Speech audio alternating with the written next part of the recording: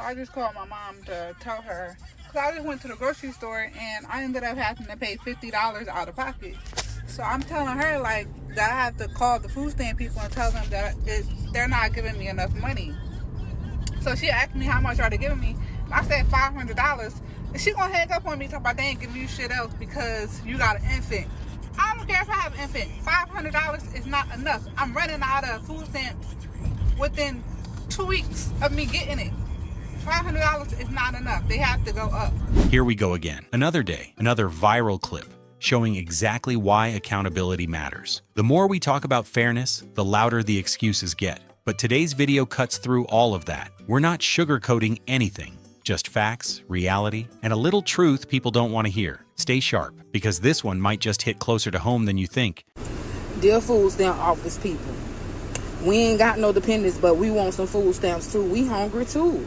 What make you think we don't want no food stamps? We need to eat. All they doing is selling them. We hungry as hell around here. Let me see.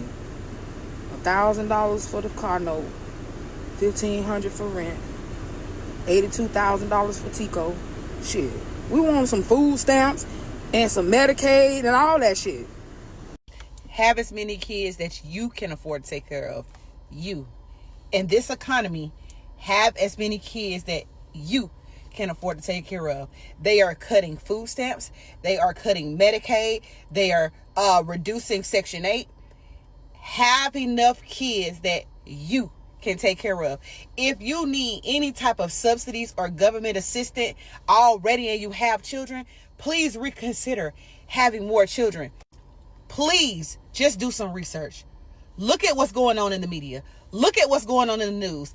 I need you to be aware of everything that is going on before you decide to bring another child into this world. And I'm not bashing anybody that gets any type of government assistance.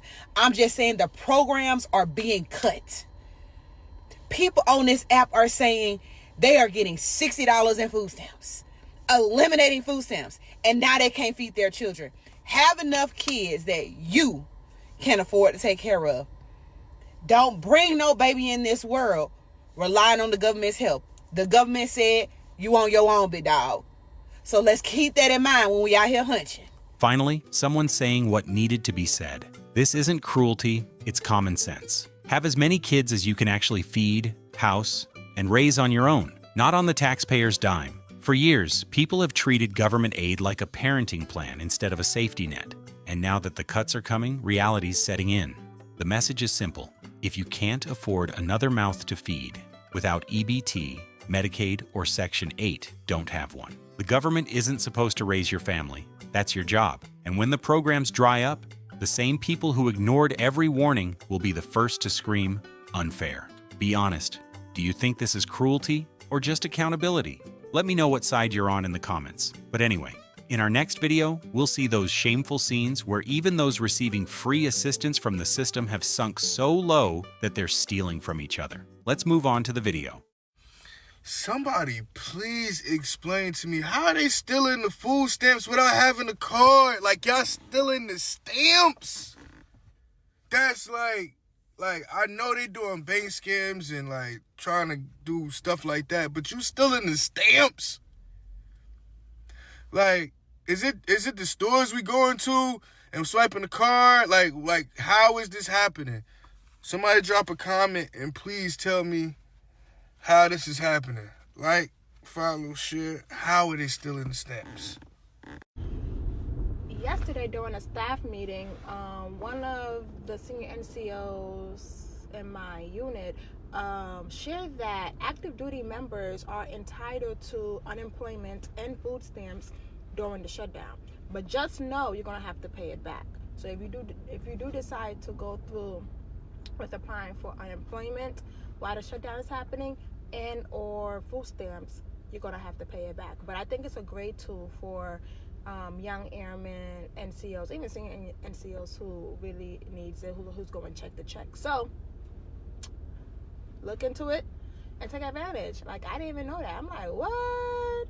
Good to know, because that unemployment check might come in handy if we go past November. So share, and hopefully this shutdown don't last as long as the last time. Have you ever been on food stamps? I have. So have I. And the food that you can get on food stamps kept me alive.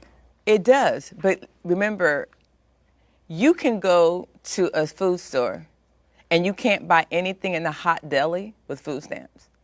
But you can go to Jack in the Box, McDonald's, and buy it. Which one is healthier? There's a difference between healthy and the quantity of food that you may need to feed your kids. Here's the thing. Everything goes to mindset. If your mindset just says you can't, just because you're low income does not absolve you from the responsibility to be able to budget and plan and do things accordingly, like everybody else. It is a hand up, not a hand out. And if we keep giving, I understand what you're saying, and my heart goes out to people as well. But there is a responsibility. Each one of us gets up, we go to work, we work hard, we do what we have to do. But others aren't. And if they're not, we cannot keep giving money to people. What point, when does the buck stop here? This is the kind of conversation we actually need to hear more often. Two people who've lived it, not just tweeted about it. Because here's the truth. Being on food stamps doesn't remove your responsibility to budget or plan. It's supposed to be a hand-up, not a lifestyle. When one person works 40 hours just to pay taxes that fund another person's excuses, yeah, resentment builds. Compassion doesn't mean blind support. It means wanting people to do better, not stay stuck. What do you think? Is this tough love or just common sense? But anyway, in our next video, we'll see those who confuse state support with a Burger King menu finally realize that the life they thought was free is actually paid for with taxes. Wait, so are you telling me I can't use this government-funded magic card for a $12 footlong with triple meat and extra cookies and a soda? So nobody was going to tell me that there's a nationwide pause on food stamps. I went to go get a sub because I'm like, hey, they hit today. Oh, sorry, decline. I'm calling the number. They say I got the money. Oh, it's decline. I went to another store. I see this lady. She's using her food stamps. Decline. I'm like, oh, so it's not just me. Pulled up on TikTok saying there's a nationwide pause. Why wouldn't they put it on the app? I checked the app. They didn't tell people that there was a pause. They didn't say anything. Soda? Gone. Candy? Gone. Fast food? Gone. So your EBT benefits actually have to go towards groceries. Healthy groceries. I don't know, call me crazy, but I feel like helping people really should look more like meals versus munchies. But, hey, it declined today. I don't know if it's just me, but I'm happy that Trump signed the papers for y'all to finally get up, go get a job, go do something instead of just keep having kids and depending on the government assistance all y'all life. Y'all really thought government assistance was gonna last forever? Nothing lasts forever. Get up, go work. Because I'm tired of having to work and lie to the government just because I want EBT. Get up and work. And next, I hope you sign the tax papers and tell y'all that y'all can't claim y'all kids on y'all taxes no more unless y'all had at least one job out of 365 days.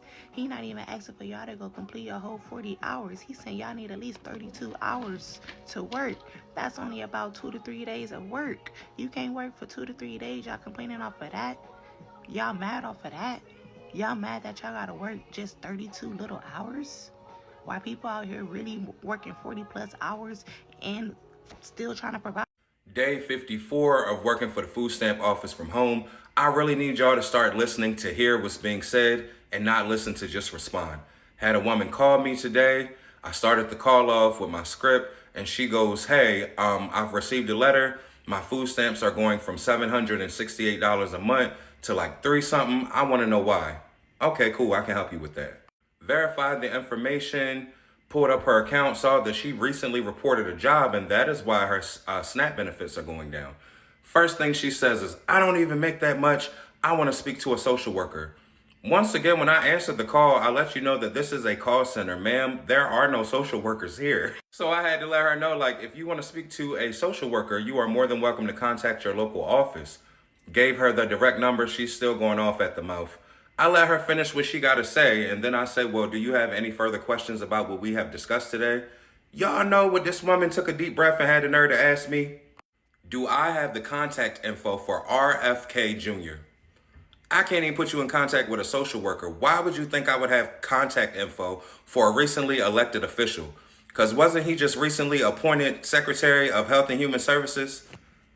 Yeah. The shit I deal with on a daily basis. You can hear the frustration in that worker's voice, and honestly, who can blame her? People call the food stamp office demanding miracles from the same system they refuse to understand. You got your benefits cut because you reported a job. It's called income verification, not oppression. The part that really kills me, though, she asked for the contact info for RFK Jr., like the guy running the entire Department of Health is going to personally fix her grocery budget. This is the problem. Too many folks treat government programs like customer service lines instead of temporary assistance. The more they expect, the less they take responsibility. And the people trying to help them, they're the ones catching all the attitude. But anyway, in our next video, we'll see the fake victim who plundered the state for 13 years and is now crying, "They took my Tesla back." Crash into the wall of reality, not his luxury car. Oh my God, the food stamp people just repoed my brand new Tesla and stick this on my front door. Didn't knock on my door. Didn't even give me an option to fix this. Instead, they show up and they put my brand new Tesla on the bed of the truck and then just drive off.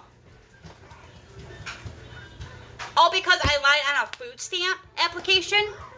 Are you kidding me? So now my $4,300 in food stamps I was getting is zero. Cash assistance? I'm not getting cash assistance. I have nothing now. Nothing. I won't be able to pay my rent. I won't be able to pay my utilities. On top of that, they are suing me for $30,000 for lying on a food stamp application. It's not my damn fault that you all believed me and gave me freaking benefits for 13 years. For 13 years. It took them 13 years to catch on. And they are now trying to say that even if that wasn't the case, that they would have to take the Tesla because if you're on food stamps, you can't drive a Tesla. You can't have nice vehicles. Thank you, Donald Trump. Thank you. A black woman is facing 10 years in prison and a $250,000 penalty. Do you know why?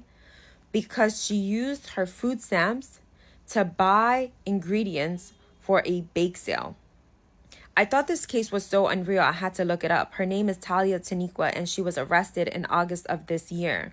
Investigators were able to link her Facebook post advertising the baked goods to her EBT charges. This is what you call surveillance, mass surveillance, and it is the same surveillance that U.S. companies and corporations are investing heavily in. This is what you call also military AI. It is the same military AI and surveillance programs that these companies are investing in and using on Palestinians in Gaza and in the West Bank and people in Lebanon. Do you see how all these struggles are intertwined? But I digress.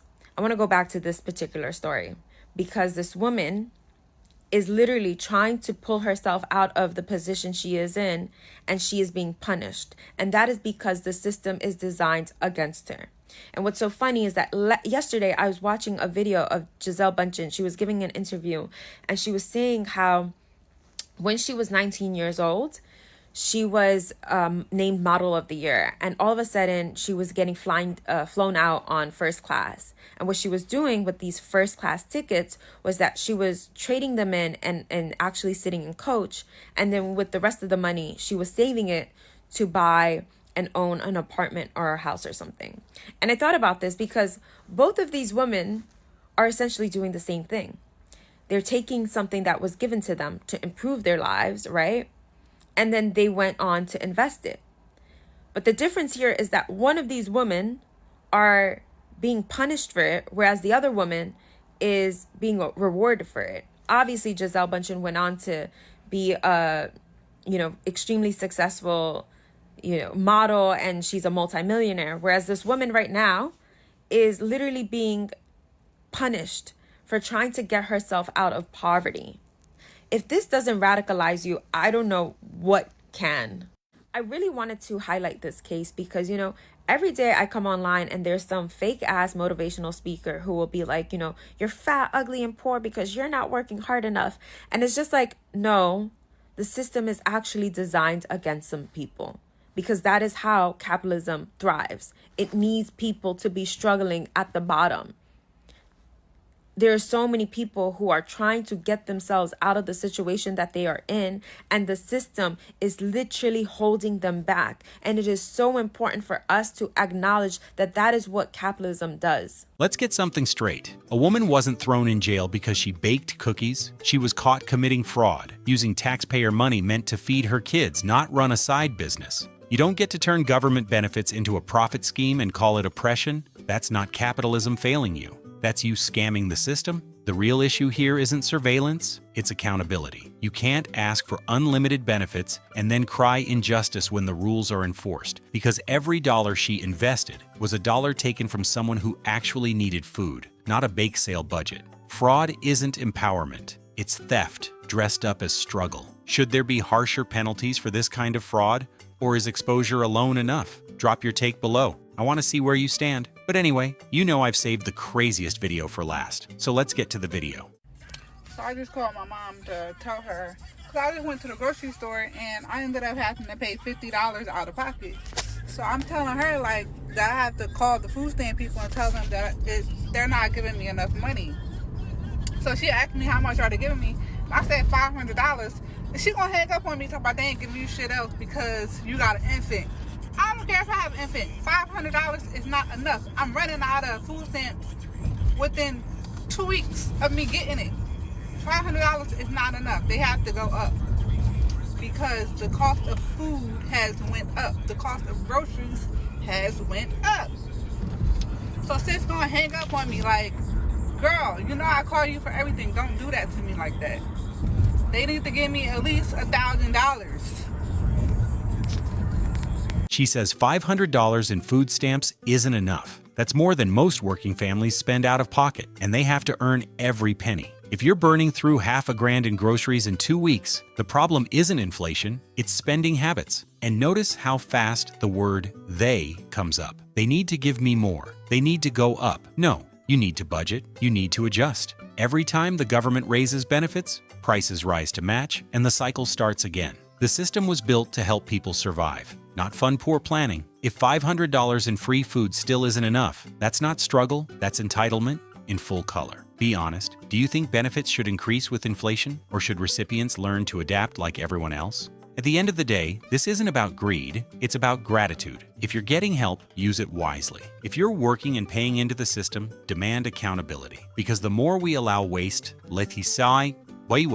the less there is for the people who truly need it.